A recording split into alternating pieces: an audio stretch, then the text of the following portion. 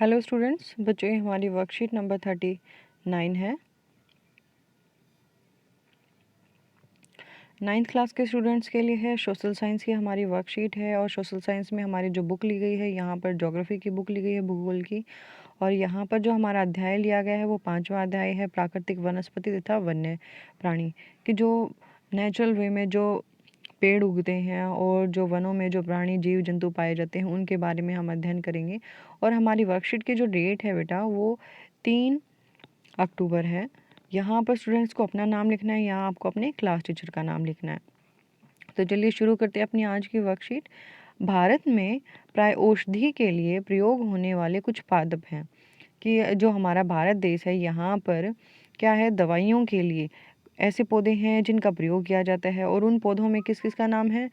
सर्पगंधा, जामुन, अर्जुन, बबूल, नीम, तुलसी, कचनार इत्यादि। ये क्या हैं? ऐसे पौधे हैं जिनका यूज़ हम किसके लिए करते हैं? मेडिसिन्स के लिए करते हैं। भारत विभिन्न प्रकार की प्राणी संपत्ति में धनी है। और जो हमारा भारत देश है यहाँ पर बहुत सारे वन्य जीव प्राणी पाए जाते हैं। यहाँ जीवों की जो प्रजातियाँ पाई जाती हैं वो 90,000 प्रजातियाँ मिलती हैं। देश में 2,000 से अधिक पक्षियों की प्रजातियाँ पाई जाती हैं। और जो पक्षी पाए जाते हैं अलग अलग प्रकार के, उनकी जो प्रजातियाँ हैं वो 2,000 से भी अधिक हैं। यह कुल विश्व का 13% है। मतलब मान लो विश्व में 100% है तो 100 में से 13% कहाँ है? इंडिया में है। यहाँ मछलियों की 2,546 प्रजातियाँ हैं जो विश्व की लगभग 12% हैं। यदि हम मछलियों की प्रजातियों की बात करें तो ये कितनी है? 2,546 प्रजातियां हैं। और विश्व की प्रजातियों के बारे में बात करें तो ये 12% है इंडिया में। भारत में विश्व के 5 से 8% तक उभयचरी सरीसृप। देखो, जो उभयचरी और सरीसृप ये क्या होते हैं? ऐसे जीव जंतु होते हैं जो पानी में और ज़मीन पर दोनों जगह रह सकते हैं। जैसे मेंढक है, ये ज़मीन पर भी रह सकता है और पानी में भी रह सकता है। वैसे ही सांप है, कछुआ है और मगरमच्छ है, घड़ियाल है, ये क्या है? पानी में भी रह सकते हैं और ज़मीन पर भी रह सकते हैं। उसके बाद है स्तनधारी जानवर। ऐसे जानवर जो अपने बच्चों को जन्म देने के बाद अपने बच्चों को दूध पिलाते हैं। भारत में स्तनधारी जानवरों में हाथी सबसे अधिक महत्वपूर्ण है।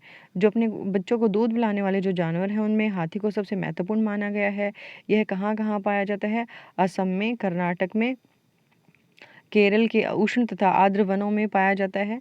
देखो यहाँ पर असम कहाँ है? ये मान लो हमारा इंडिया है और ये इधर 7 सिस्टर्स वाला एरिया हो गया, इधर दक्षिण की तरफ हो गया। और ये हमारा जम्मू कश्मीर, ये गुजरात से जम्मू कश्मीर की तरफ हम चले गए। तो यहाँ पर देखो असम वाला एरिया यहाँ पर हो गया। कर्नाटक यहाँ नीचे की तरफ है, केरल भी नीचे की तरफ है। उष्ण तथा आर्द्र वन है। तो जो हमारे उष्ण मतलब जो हमारी पृथ्वी है, मान लो हमारी ये पृथ्वी है, पृथ्वी पर उष्ण कटिबंध कहाँ है?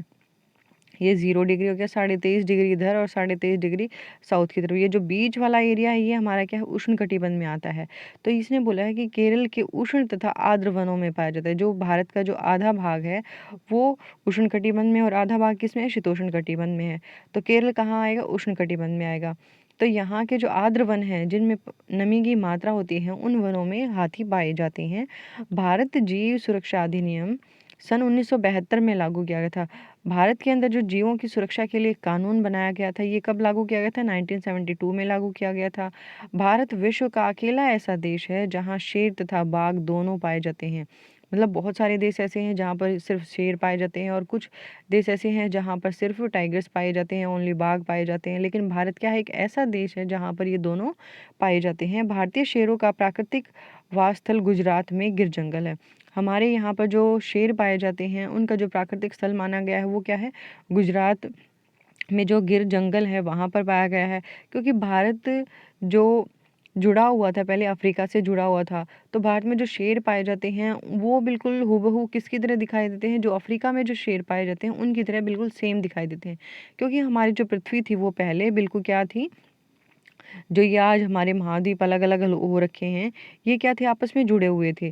तो भारत किससे अलग हुआ था? अफ्रीका महाद्वीप से अलग हुआ था। और वो किसकी किधर की तरफ चला गया? उत्तर पूर्व की तरफ आगे बढ़ता चला गया। क्योंकि जो हमारी प्लेट्स हैं उनमें मूवमेंट्स आज भी हो रही है और उसकी वजह से इनमें क्या है? जो दूरियां हैं वो बढ़ती जा रही हैं प्लेट्स में। उसके बाद है कि बाघ मध्य प्रदेश तथा झारखंड के वनों, पश्चिमी बंगाल के सुंदरवन तथा हिमालय क्षेत्रों में पाए जाते हैं। और यदि हम टाइगर्स की बात करें तो टाइगर्स कहाँ-कहाँ पाए जाते हैं? मध्य प्रदेश में झारखंड के जो वन हैं उनमें, पश्चिम बंगाल का जो सुंदरवन है, सुंदरवन जो डेल्टा है के ऊपर बना हुआ है, ये ब्रह्मपुत्र और गंगा नदी के द्वारा बनाया गया है। हिमालय क्षेत्रों में पाए जाते हैं, हिमालय में हिम तेंदुए पाए जाते हैं। भारत के नदियों, झीलों तथा समुद्री क्षेत्रों में कछुए, मगरमच्छ और घड़ियाल पाए जाते हैं। जो भारत की जो नदियाँ हैं जहाँ से वो बहती हैं और उनके द्वारा जो झीलें बनाई गई हैं और जो समुद्री क्षेत्र है वहाँ पर क्या-क्या पाए जाते हैं? कछुए पाए जाते हैं, मगरमच्छ पाए जाते हैं और घड़ियाल पाए जाते हैं। घड़ियाल भी क्या होते हैं? मगरमच्छ के जैसे ही दिखाई देने वाले प्राणी होते हैं। घड़ियाल मगरमच्छ की प्रजाति का एक ऐसा प्रतिनिधित्व है जो केवल भारत में पाया जाता है। भारत में अनेक रंग बिरंगे पक्षी पाए जाते हैं जैसे मोर, बतख, तोता, मैना, सारस तथा कबूतर आदि। कुछ पक्षी प्रजाति हैं जो देश के वनों तथा आर्द्र क्षेत्रों में रहते हैं और इनमें कुछ ऐसे क्या हैं, ऐसे पक्षी हैं जो देश के जो आर्द्र वन हैं, मतलब जहाँ पर पानी मौजूद रहता है वहाँ पर रहते हैं। बहुत से कीड़े मकोड़े हैं जो फसलों, फलों और वृक्षों के परागण में मदद करते हैं। ऐसे बहुत सारे कीड़े हैं जो फसलों के पकने में, उनमें जो फूल आते हैं, जैसे मान लो हमने किसी भी पौधे को लगाया है, उस पौधे में मान लो हमने घिया की बेल लगाई है, उस घिया की बेल में क्या होगा, पहले फूल आएंगे और आपने क्या देखा होगा कि जो मधुमक्खियाँ, कीड़े मकोड़े होते हैं वो उन फूलों के आसपास घूमते हैं, तो उसमें फल लगने वो हेल्प करते हैं हमारी। और हानिकारक कीड़ों पर जैविक नियंत्रण रखते हैं। और जो हानिकारक कीड़े होते हैं जो हमारी फसलों को नष्ट करते हैं, ये कीड़े क्या करते हैं, उन कीड़ों को भी नष्ट कर देते हैं। प्रत्येक प्रजाति का पारिस्थितिकी तंत्र में योगदान है। जो प्रत्येक प्रजाति है उसका जो हमारा इन्वायरमेंट है उसको मेंटेन करने में बहुत योगदान है, अतः उनका संरक्षण अनिवार्य है। इसलिए इनका बचाव बहुत ही ज़रूरी है। किनका, जो हमारे यहाँ पर पेड़ पौधे और जो जीव जंतु पाए जाते हैं उनका यहाँ बचाव बहुत ज़रूरी है। पारिस्थितिकी तंत्र के असंतुलन का मुख्य कारण, जो हमारा पर्यावरण है असंतुलित हो रखा है, उसके मुख्य कारण क्या है? लालची व्यापारियों का अपने व्यवसाय के लिए अत्यधिक शिकार करना है। जो लालची व्यापारी हैं हमारे यहाँ पर, जो व्यापार के लिए क्या करते हैं, बहुत अधिक मात्रा में शिकार करते हैं। रासायनिक और औद्योगिक अपशिष्ट तथा तेजाबी माओ के कारण प्रदूषण, विदेशी प्रजातियों का प्रवेश, कृषि तथा निवास के लिए वनों की अंधाधुंध कटाई पारिस्थितिकी तंत्र के असंतुलन का कारण है। अब देखो यहाँ पर क्या है, जो रसायन है उनका बहुत अधिक मात्रा में प्रयोग किया जा रहा है और जो विदेशी प्रजातियां हैं फसलों की, उनको अधिक मात्रा में कृषि में लागू किया जा रहा है। और जिसके कारण क्या है, निवास के लिए, रहने के लिए वनों की अंधाधुंध कटाई की जा रही है। जनसंख्या बढ़ रही है तो जनसंख्या को रहने के लिए जगह की भी ज़रूरत पड़ेगी, घर की ज़रूरत पड़ेगी, तो उसके लिए क्या होता जा रहा है, जो हमारे वन मौजूद हैं उनकी कटाई की जा रही है, जिससे हमारा जो इन्वायरमेंट है वो, उसका जो संतुलन है वो बिगड़ता जा रहा है। किसी भी क्षेत्र के पादप तथा प्राणी आपस में तथा अपने भौतिक पर्यावरण से अंतर संबंध होते हैं। किसी भी क्षेत्र में जो पेड़ पौधे होते हैं और जो प्राणी होते हैं वो क्या होते हैं, आपस में इंटर रिलेटेड होते हैं, वो एक दूसरे से संबंध रखते हैं। इसे ही पारिस्थितिकी तंत्र कहते हैं। इसे ही क्या कहते हैं, पारिस्थितिकी तंत्र कहते हैं। जबकि धरातल पर एक विशिष्ट प्रकार की वनस्पति या प्राणी जीवन वाले विशाल पारिस्थितिकी तंत्र जीवोम कहलाते हैं।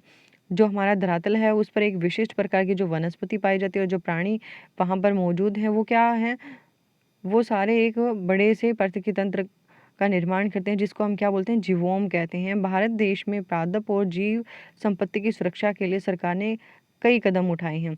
वो कौन कौन से कदम हैं? भारत में 18 जीवमंडल निश्चय आरक्षित क्षेत्र स्थापित किए गए हैं। देखो, जीवमंडल निश्चय का मतलब होता है कि ऐसे क्षेत्र जहाँ पर जो पेड़ पौधे होते हैं और जो जीव जंतु हैं उनके रहने के लिए एक एरिया दे दिया है कि यहाँ पर ये लोग रहेंगे, यहाँ हम ना किसी वनों की कटाई करेंगे, ना कोई घर बनाएंगे, ना कोई फैक्ट्रियाँ बनेंगी। तो वो जो एरिया है वो उनके लिए आरक्षित कर दिया गया है, रिजर्व कर दिया गया है। तो वो जो एरिया है, भारत में कितने हैं, 18 जीवमंडल नीचे क्षेत्र हैं जहाँ पर जानवर और पेड़ पौधे पाए जाते हैं। इनमें से कहाँ है, 10 सुंदरवन पश्चिम बंगाल में। 10 जो जीवमंडल नीचे क्षेत्र हैं ये कहाँ पर हैं, सुंदरवन डेल्टा कहाँ पर है, पश्चिम बंगाल में है, गंगा और ब्रह्मपुत्र नदी के द्वारा बनाया गया है। नंदा देवी कहाँ है, उत्तराखंड में। मन्नार की खाड़ी तमिलनाडु में। नीलगिरी केरल, कर्नाटक तथा तमिलनाडु। जो नीलगिरी की पहाड़ियाँ वो कहाँ तक फैली हुई हैं, केरल, कर्नाटक तथा तमिलनाडु में। नाकरेक, ग्रेट निकोबार, मानस, सिम्पलीपाल, पंचमढ़ी और अचन कमर अमरकंटक की गणना विश्व के जीव मंडल नीचे में की गई है। तो ये क्या है, जीवमंडल नीचे बनाए गए हैं। सन 1992 से सरकार द्वारा पादप उद्यानों को वित्तीय तथा तकनीकी सहायता देने की योजना बनाई गई है। जो जितने भी पेड़ पौधों वाले पादप उद्यान मतलब जो पेड़ पौधों के जो बाग बगीचे हैं उनके लिए वित्तीय सहायता मतलब पैसे की यहाँ पर हेल्प की गई है और टेक्निकल सहायता देने की योजना बनाई गई कि वहाँ पर पैसे के रूप में या टेक्नोलॉजी के रूप में जो भी हेल्प चाहिए गवर्नमेंट उसको प्रोवाइड करेगी। बाघ संरक्षण, जो टाइगर्स हैं उनके बचाव के लिए गैंडा संरक्षण, भारतीय भैंसा संरक्षण तथा पारिस्थितिकी तंत्र के संतुलन के लिए कई योजनाएं बनाई गई हैं। 103 राष्ट्रीय उद्यान हैं, जो बगीचे बनाए गए हैं। 103 राष्ट्रीय उद्यान बनाए गए हैं। 535 पक्षी आश्रय स्थल हैं और 535 क्या हैं, पक्षियों के लिए ऐसे घर बनाए गए हैं। कई चिड़ियाघर हैं। राष्ट्र की पादप और जीव जंतु की जीव संपत्ति की रक्षा के लिए बनाए गए हैं। तो देखो ये हमारे क्वेश्चंस आ गए हैं। पारिस्थितिकी तंत्र से आप क्या समझते हैं? भारतीय जीव सुरक्षा अधिनियम कब लागू किया गया? जीवों का संरक्षण क्यों अनिवार्य है? जो जीव हैं उनका बचाव क्यों जरूरी है? भारत सरकार द्वारा पादप और जीव संपत्ति की सुरक्षा के लिए उठाए गए प्रमुख कदमों को बताइए कि भारत सरकार ने जो हमारे पेड़ पौधे हैं और जो जीव जंतु हैं उनकी सुरक्षा के लिए क्या क्या कदम उठाए हैं उनको हमें बताना है। जीवोम से आप क्या समझते हैं? जीवों और पक्षियों की सुरक्षा के लिए आप क्या क्या कदम उठा सकते हैं, हमें उनके बारे में बताना है। तो देखते हैं 1 बाय 1 अपने क्वेश्चंस के आंसर। पारिस्थितिकी तंत्र से आप क्या समझते हैं? एक पारिस्थितिकी तंत्र पौधों, जानवरों और छोटे जीवों का एक समुदाय है जो एक ही क्षेत्र या वातावरण में रहते हैं तथा एक दूसरे पर निर्भर करते हैं। कौन? जो वहाँ पर पेड़ पौधे और जो जानवर हैं वो एक ही वातावरण में रहते हैं और एक दूसरे पर निर्भर करते हैं, अपनी ज़रूरतों को एक दूसरे से पूरा करते हैं। उसके बाद है भारतीय जीव सुरक्षा अधिनियम कब लागू किया गया था और जीवों का संरक्षण क्यों अनिवार्य है? ये कब लागू किया गया था? 1972 में इसको लागू किया गया था और जीवों के संरक्षण के लिए 2 कारण बताए गए हैं। वो क्या है? पर्यावरण के संतुलन के लिए जीवों का संरक्षण अनिवार्य है। हमारा जो पर्यावरण है उसको बनाए रखने के लिए जो जीव हैं उनको बचा कर रखना बहुत ज़रूरी है। जीव प्रत्यक्ष या अप्रत्यक्ष तौर पर हमारे जीवन के लिए भी आवश्यक हैं। उसके बाद है क्वेश्चन नंबर 3, भारत सरकार द्वारा पादप और जीव संपत्ति की सुरक्षा के लिए उठाए गए प्रमुख कदमों को बताइए कि भारत सरकार ने जो हमारे पेड़ पौधे हैं और जो जीव जंतु हैं उनकी सुरक्षा के लिए क्या कदम उठाए हैं, हमें उनके बारे में बताना है। तो भारत सरकार ने देश में 18 जीवमंडल नीचे की स्थापना की है। पादप तथा जीवों के संरक्षण के लिए देश में 100 से अधिक राष्ट्रीय पार्कों की स्थापना की गई है। वन्य जीवों के शिकार को रोकने के लिए भारत सरकार ने 1972 में भारतीय वन्य जीव सुरक्षा अधिनियम लागू किया है।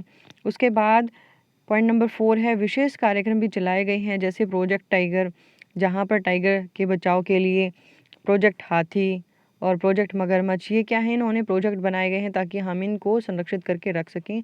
उसके बाद है जीवोम से आप क्या समझते हैं? विशाल पारिस्थितिकी तंत्र को हम क्या कहते हैं? जीवोम कहते हैं। उसके बाद है क्वेश्चन नंबर 5, जीवों तथा पक्षियों की सुरक्षा के लिए आप क्या क्या कदम उठा सकते हैं? जो जीव जंतु हैं और जो पक्षी हैं उनकी सुरक्षा के लिए हम क्या क्या कदम उठा सकते हैं? हमें जीवों तथा पक्षियों के शिकार का पुरजोर विरोध करना चाहिए। हमें अधिक से अधिक पेड़ लगाने चाहिए। उसके बाद हमें गर्मियों में पक्षियों के लिए छत पर पानी रखना चाहिए। जीवों तथा पक्षियों की सुरक्षा के लिए हमें अपने स्तर पर एक जीव रक्षा टीम को गठित करना चाहिए ताकि हम उनका बचाव कर सकें।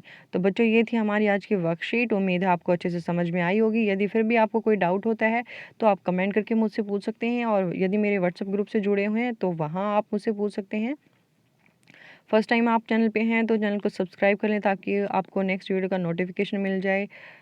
अपने दोस्तों के साथ शेयर कीजिए। आपको वीडियो अच्छी लगती है तो लाइक ज़रूर करें और मुझे आपकी कमेंट्स का इंतज़ार रहता है कि बच्चों को कोई डाउट होगा तो वो ज़रूर पूछेंगे।